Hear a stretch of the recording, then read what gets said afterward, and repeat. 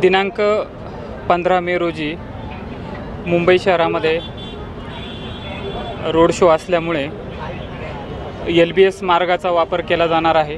त्यासाठी मुंबई वाहतूक पोलिसांनी रोड ट्रॅफिक डायव्हर्जन केलेलं आहे।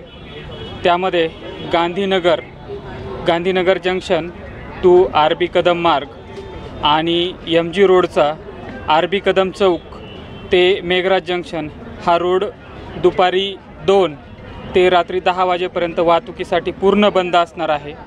त्याचबरोबर LBS मार्गाला येणारे AGLR रोड, त्यानंतर JVLR रोड, त्याच्यानंतर इतर जे रोड आहेत, छोटे रोड्स आहेत, हे सगळे रोड्स त्यावेळी आवश्यकतेनुसार वाहतुकीसाठी बंद करण्यात येतील।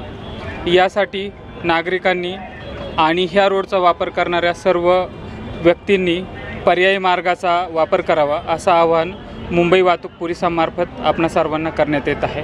धन्यवाद।